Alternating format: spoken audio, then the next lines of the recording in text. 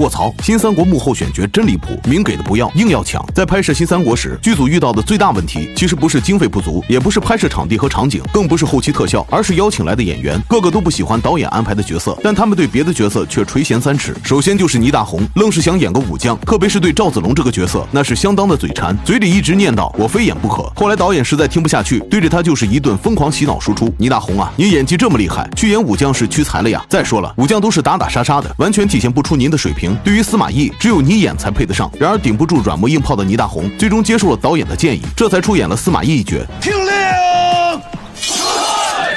全军冲杀蜀军战营，直奔诸葛亮4轮车。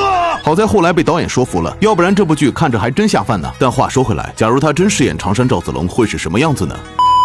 这里还是建议大家自行脑补吧。除此之外，于和伟这边就更离谱了，因为他除了刘备，其他的都可以演，特别是曹操和诸葛亮这两个角色。主要是他认为刘备这个角色整天一副哭哭啼啼的样子，没有什么发挥空间，而曹操这个角色就非常的鲜明多变，对演员的发挥能提供更广的空间，但却被导演直接拒绝了。于是于和伟又将目光转向孔明身上，结果还是被导演拒绝了，原因是年龄不符。无奈的他最终只能接受刘备一角，而他后来也是不负众望，凭借一句台词火遍全网：接着奏乐，接着舞。不过最让导演犯愁的还得数陈建斌了。一开始他并不是饰演曹操的人选，可他非要演曹阿满，迫于无奈，导演也只好答应了他。得知消息后，陈建斌兴奋的半夜睡不着，连夜开启直播来段攻打徐州。80万大军已经兵临城下，对面火力非常猛，不怕。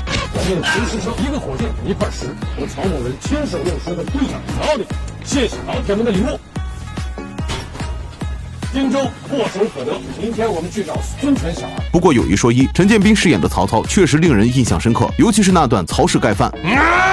然而就是一帮大老爷们儿吃着锅里的看着碗里的时候，林心如这边比起来还真够惨的，毕竟她属于毛遂自荐加入的剧组，所以一连3次申请的角色都被导演打了回来。先是申请饰演貂蝉，被说她不够倾国倾城，后来申请大乔小乔，又被说年龄太大，最后导演看在她的面子上，才安排对外貌长相都没有要求的孙尚香。相比较那些大老爷们儿，林心如多多少少心里有些不舒服，不过出于职业的那份尊敬，她最终还是欣然接受了。当然，除了以上选角幕后外，还有一个新三国中的幕后也是非常离谱，那就是龙套演员。毕竟新三国没出影帝，但却出了个龙套弟啊！看过新三国的应该都知道，他出现的镜头不比主演们少，从文官到武将，从小公公到朝廷大官，能文能武，能内能外。在电视剧第1集中，他就遭到了曹操的调戏。难道说曹阿满不仅喜欢已婚少妇，对未婚幼子也情有独钟？卧槽，这谁忍得了？所以一气之下，我转身就跑到第14集的吕布门下，然后等到吕布去攻打刘备时，龙套弟却已混进了刘军大营中，可能外面待久了，想念自己的老家，于是在第23集又回到了曹操的身边。后来曹阿满让他去给关羽送份大礼，等送完后，他直接就升级为了曹军武将。但值得一提的是，新三国一共就95集，这小子却在里面演了20多个不同的角色，不愧是龙套弟，果然名不虚传。看到这里，或许就有人疑惑了，为什么在三国中他能客串这么多角色？难道其他演员不能用吗？其实这里的主要原因是，当时正处于春节长假时期，很多演员都回家过年了。然而对于他来说，这是千载难逢的机会，毕竟这样能有更多的出镜次数。虽然很多都是只露一个脸，连台词都没有，但他却用心饰演了每一个角色，每一个镜头。导演看到他这么卖力，自然而然的给了他更多的出镜机会，慢慢的也增加了一些台词给他。所以对于这样的龙套弟，你有何感想呢？